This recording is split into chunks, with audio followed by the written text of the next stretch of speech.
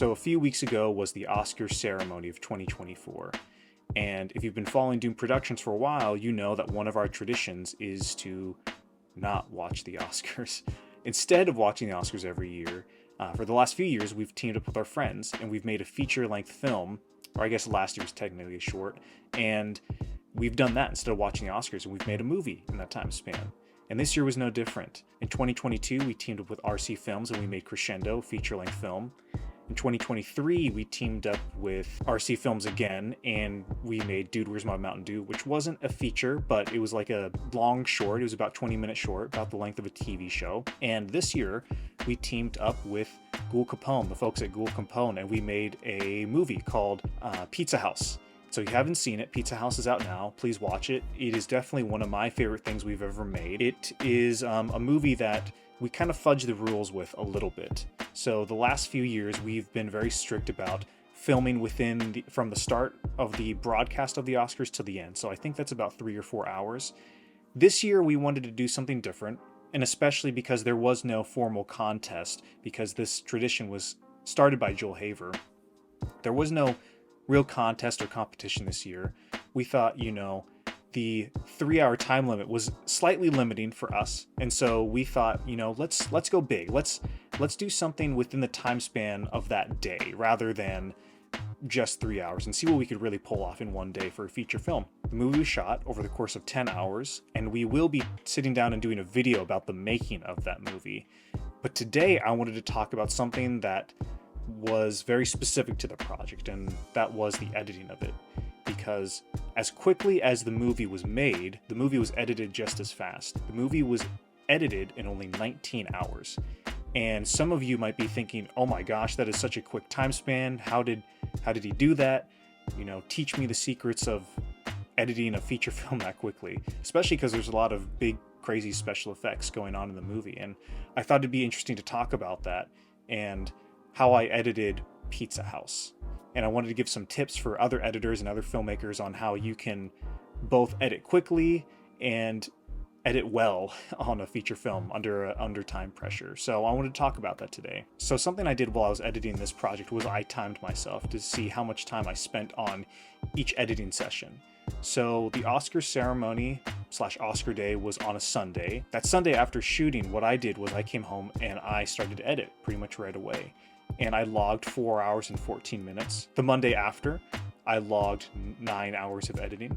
The Tuesday after was 4 hours and 30 minutes of editing. And then that Wednesday morning, I believe, it was 1 hour and 20 minutes. So that all rounds up to a total of 19 hours and I think 5 minutes technically, or 4 minutes, but we're just going to round down because it's just a couple minutes. How did I spend that time? So my editing process is something that I've developed over a lot of time.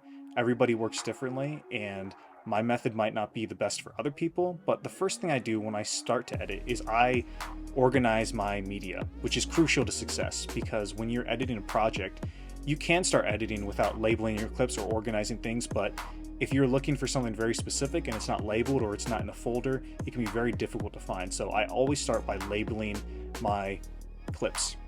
I'll take the SD card, I'll put it right into the computer, and right on the SD card itself, I will label my clips.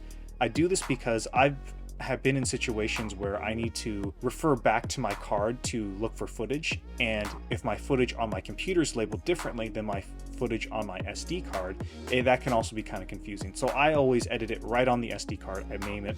I'll usually do a scene number, a shot letter, and then a take number. So for instance, a shot or a file could be called something like scene 5, shot B, take 3. But I wouldn't write out the words, it would just be 5A3. So after I label all my clips, the next thing I do is I get my library set up. I open up a new library file.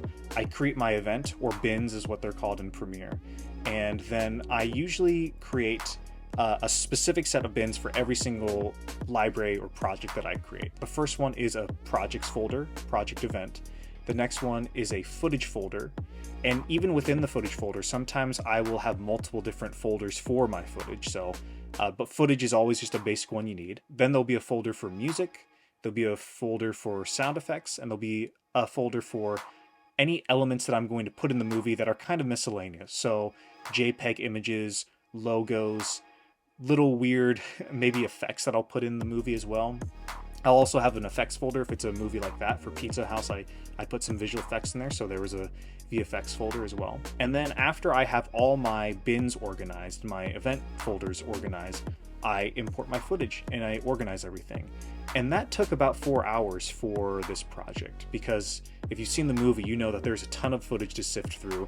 There's a lot of different elements. I had to download a lot of JPEGs and stock photos and different things from online, because we didn't shoot everything that you see in the movie. Some of the footage is stock footage, or some of the footage is just stock photos that I found from online. I always organize myself this way because, again, if you're trying to work really quickly, it makes things go a lot smoother when you're trying to look for something and you have it labeled very clearly.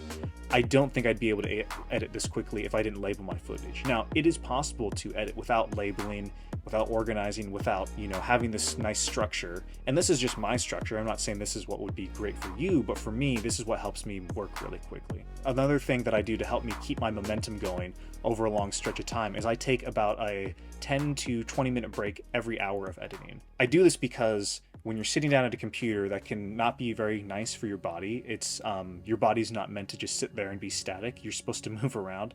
So I will usually edit for about an hour. I'll set a timer, and after an hour passes, I'll get up, I'll go have a snack, I'll eat, I'll walk around, I might read a book or read parts of a book. I might go through TikTok, scroll through social media, whatever I feel like, just to let my mind disconnect from the project and let my body move around a little bit, so I'm not just hunched over in the same position all day. You would think that when you take more breaks, you're going to be wasting a lot of time, but actually I found if you schedule your time out for breaks and it's embedded into your structure, this really helps you maintain a steady pace rather than editing for 4 hours and then tiring yourself out and then not going back to editing. I found that when you do something like take a break every hour, about 10 to 20 minutes, that can really help you keep up your momentum when you were editing like I was on that Monday for 9 hours straight, pretty much. But taking breaks can really help you maintain your momentum and keep a steady pace as you're editing a project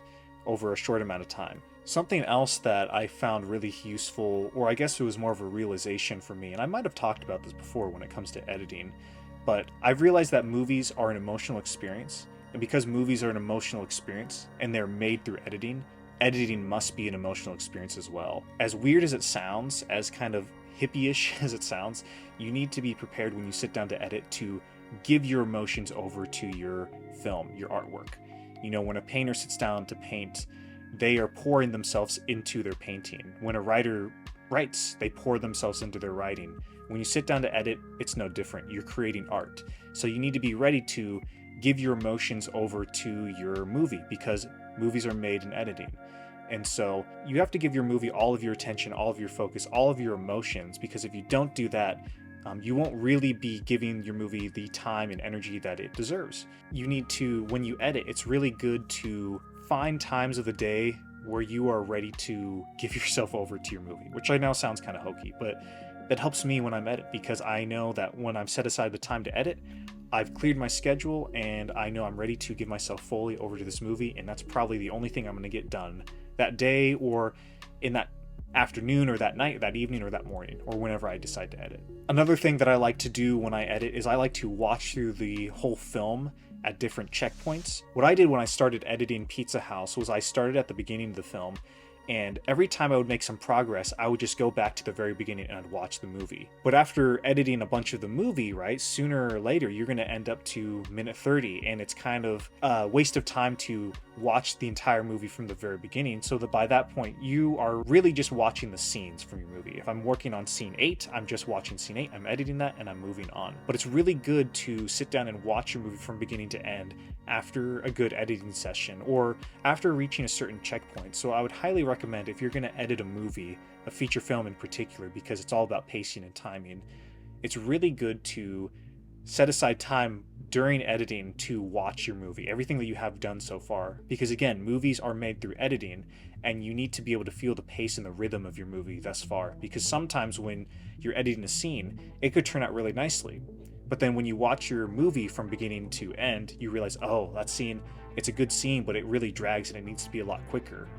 Or you might realize that, oh, that scene is really quick, we need to draw that moment out more. So I would highly recommend watching your movie from beginning to end while you edit. And if you do this too much, you will become numb to it after a certain point.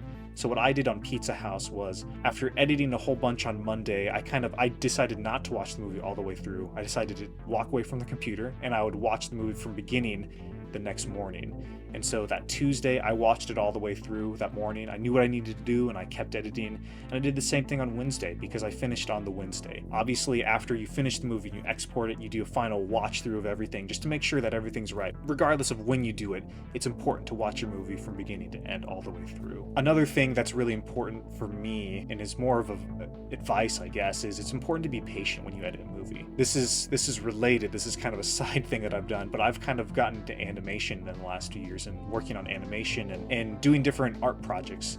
And animation takes a really long time. You have to have a lot of patience for animating something, and you have to have a very clear vision for what something should look like and how something should move and the timing of it and the spacing of it. This experience in working with animation and studying animation for the last few years has really trained me specifically on Pizza House, because in the movie there's a ton of visual effects of spell blasts going all over the place. There's lots of sound effects, there's lots of colors and flashing lights and different things going on, and cross-cutting.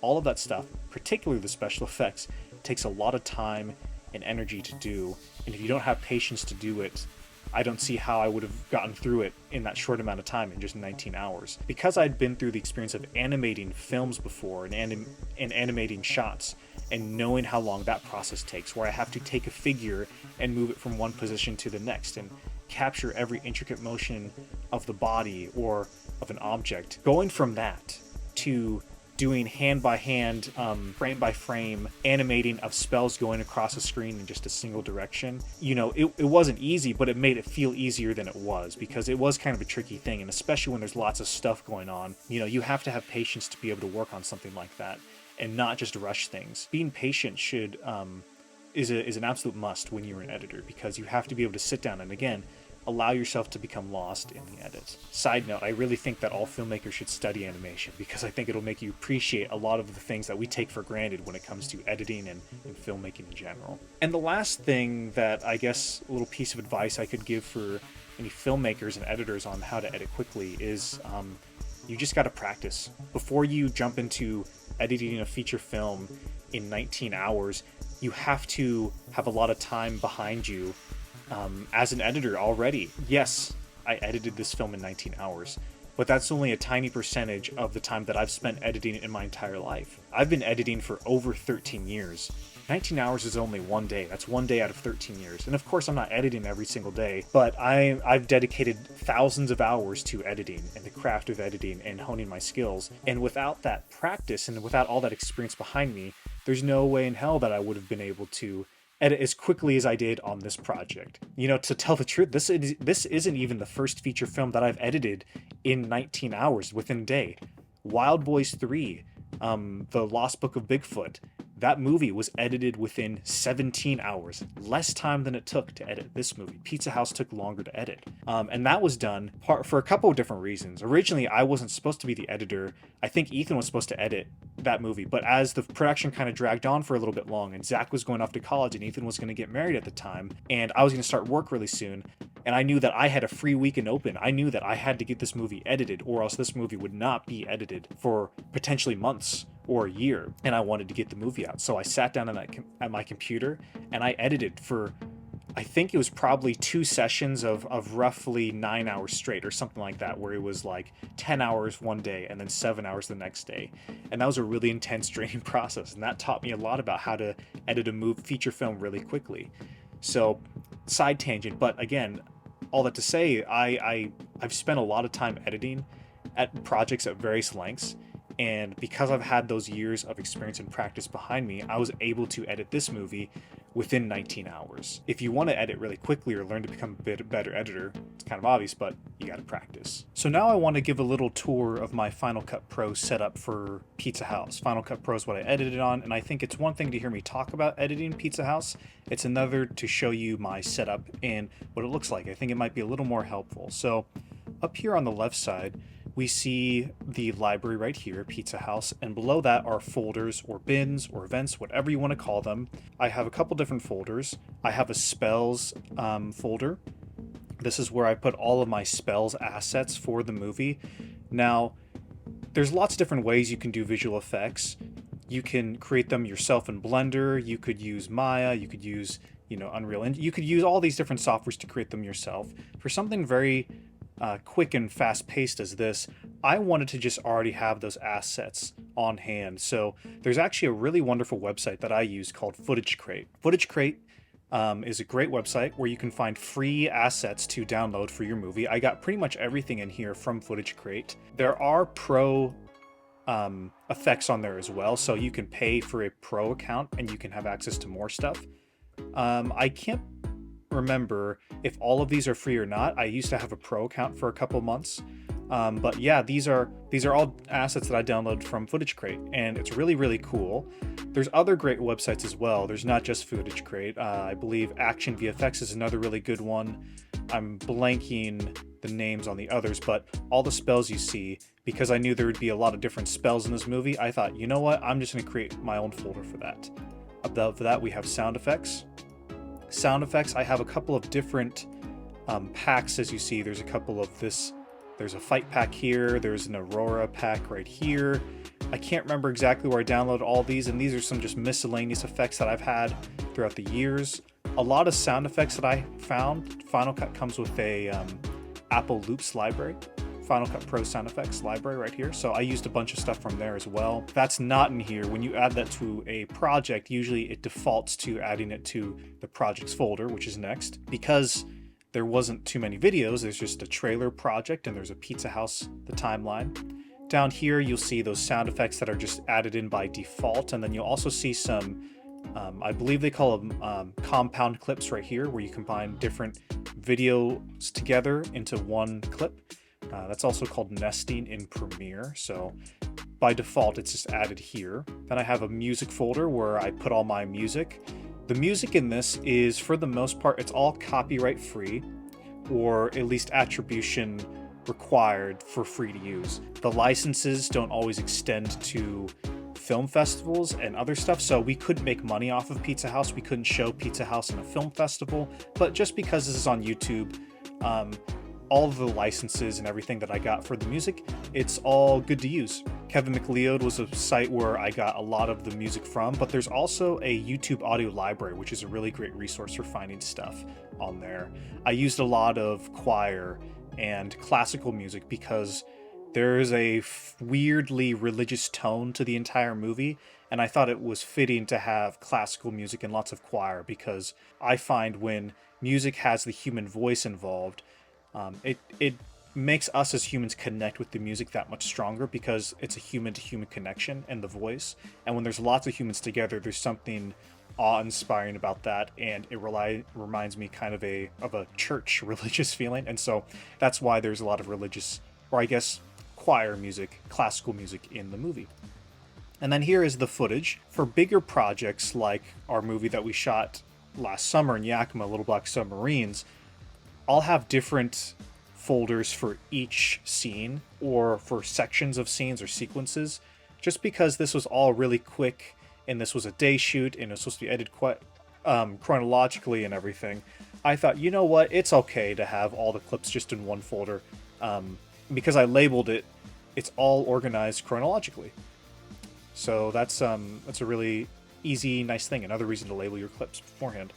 And then up here we have some miscellaneous elements. So we have let's see. Oh, there's actually accidentally a VFX shot in here. Oops. But we have, the Doom Productions logo. We have some stock footage. We have pictures of pizza. There's a VHS effect that I had that I overlaid over the beginning and end of the movie. Some more stock footage or stock photos and stuff like that. But yeah, that's my setup for everything. So let's just dive right into Pizza House. Let's open up the timeline and see what that looks like. So this is where, this is Pizza House. This is a timeline. Here's all the music down here in green. The effects are this turquoise color, greenish blue color. The blue is the audio from the videos, And then the purple things here, those are my adjustment layers. So if it's always easier, I find, when you color grade to use adjustment layers. I wanted to highlight a couple of key editing points from the movie. For the most part, this was a very straightforward shoot and a very straightforward editing process. There wasn't too much different in here, anything really special. One thing that made editing and shooting this movie very quick was the fact that we had 2 cameras on the film. Normally for our film shoots, we were only a single camera setup, but for this movie, we were lucky enough to have Ethan and I both on camera, both working as cinematographers on the movie. You'll know which camera is me when it looks worse, because Ethan's footage tends to look a little nicer, just in general.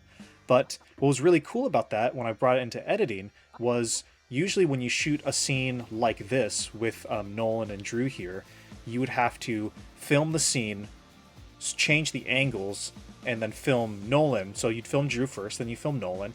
And in editing, you would have to match up and cut between the 2 clips. And because it would have been improvised, they wouldn't necessarily always lined up, and so you'd have to do a little bit of detective work to see what is the best clip, what is the best point to cut, what is the best point to stop in the next clip, and so on and so forth. For this, I just had to sync up the videos, and then it was a simple matter of, so you see here, this is Ethan's clip of Nolan, and I was on the wide shot, and so it was a simple matter of, I would just have to drag my clip longer or shorter or whatever, and that was the extent of the cross-cutting. So there wasn't a whole lot of, heavy thinking, heavy work required when I was cutting between these very basic setups. Every now and then I would interchange to different cuts and different takes of the movie because certain performances or certain moments were just really good and I wanted to include those.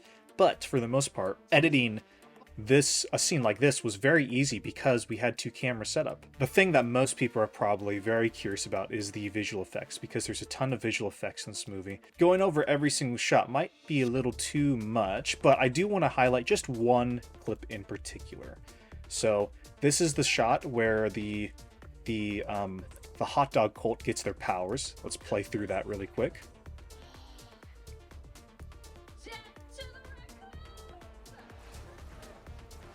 All right, so I'm pretty happy with how it turned out. Now, overall with the film, I think there's areas that definitely I could have improved. There's areas where I think I did a pretty good job. And overall, I know that if I had a month to work on all these visual effects, it would have looked really, really great. But because I wanted to get this done really quick and dirty, I think, it's perfectly effective. And there's a couple things that help, but here's how I did the visual effects. So first off, I'm going to hide all of these effects clips that you see on screen. And so what I would do is I'd have a clip like this. Let's watch that. That's what it looked like on set. And so you see, something that really did help us when we were doing this is we actually had practical lights shining on the cult. Originally, in the scriptment, I had written that the hot dog cult would pull hot dogs out of their robes and would start throwing them at everybody. And because we were filming at Ethan's mom's house, I asked Ethan, would your mom be cool if we were throwing hot dogs all over the place? And I figured the answer would be no. And he was like, yeah, that's probably not a good idea. And I was like, that's fair. And so rather than try to come up with another prop or anything else, I thought, hey, I'll just animate some superpowers, and that will be fun, and that'll be simple enough, and it'll make the movie feel really big and crazy. And in editing, as you can see right here, if you're looking at the shot, I was thinking to myself, oh my goodness, what have I got myself into? Because I just told him, you'll use superpowers, just kind of fling your hands around. And it didn't sink in that I had to hand animate every single superpowers on each person. And there's 4 people on screen, and that's potentially 8 hands total. So I kind of got myself into some trouble in terms of editing and the workload. But the act of animating itself was, it wasn't too difficult because I'm not creating this stuff. I'm not drawing this by hand. It's simple keyframe animation, it is frame by frame, and the workload was really tricky, but doing one spell effect, for instance, would have been really easy. What was difficult and challenging was really just all the different effects. What I would do is I would start off by looking at one person. So let's see who this effect belongs to. Chandler. Okay. So what I would do on this effect was I would just look at where Chandler's hands are going. So as we see, she punches out her right hand, and then her other hand, her left hand, starts to shoot out stuff as well. So what I would do is I'd bring in my spell effect. I would track it along. There is a tracking software within Final Cut Pro. You can track objects to your video and everything, but for something crazy like this, Final Cut isn't great at doing a shot like this. So I just did this by hand. And so if you come over here, you'll see the pathway of this effect. So you see that each frame it's moving a little bit and then it shoots out. So actually, I don't think I did a fantastic job necessarily on this animation right here. You see, when the spell reaches kind of the maximum blast right here, I think the next frame it should have flown out of your hand, but there's a little bit of hesitation, there's a little bit of delay, and it doesn't read as well to me. It doesn't look like it's shooting out of her hand. It does look like it's keyframed a little bit. And then I'm guessing I did not animate her right hand, or maybe I did. Let's take a look at this. Oh, I did. Okay. So then I just did the same thing with her with her left hand, sorry. And because the video gets cut, that's, I didn't really have to do much. I just had to track with her hand there. And that was the reason that I edited all the sequence in the movie together first before adding the special effects, because if you're adding in the effects, you risk adding more work for yourself, which was kind of unnecessary. Because let's say I did animate more into this clip and I extend the clip and then I would end up cutting it. If I had done the spells first, then I just did a whole bunch of work that was just ultimately would have been cut out. Let's look at Sarah for the next person, and I'll go ahead and I'll mute Chandler's effects. So Sarah, for this one, same thing. What was really nice about Sarah's action here was if you see, she just raises her hand.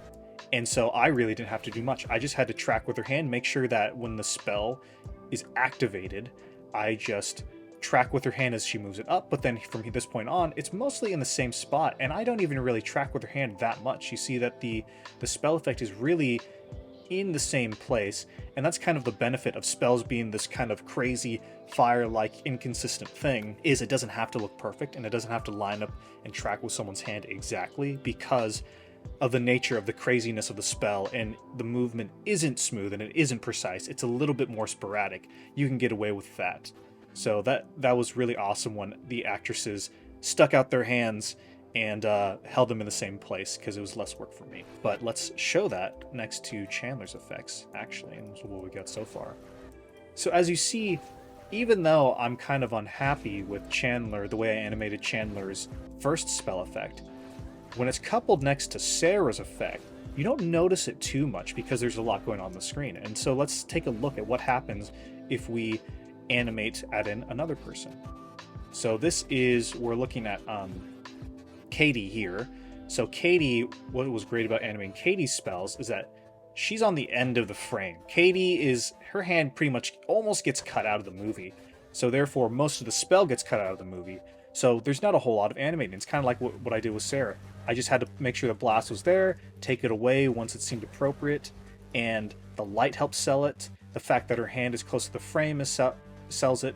And also, there's so many other things going on in the foreground. You don't really notice what's going on over there as much. It's just kind of, it's noise to help to the added chaos.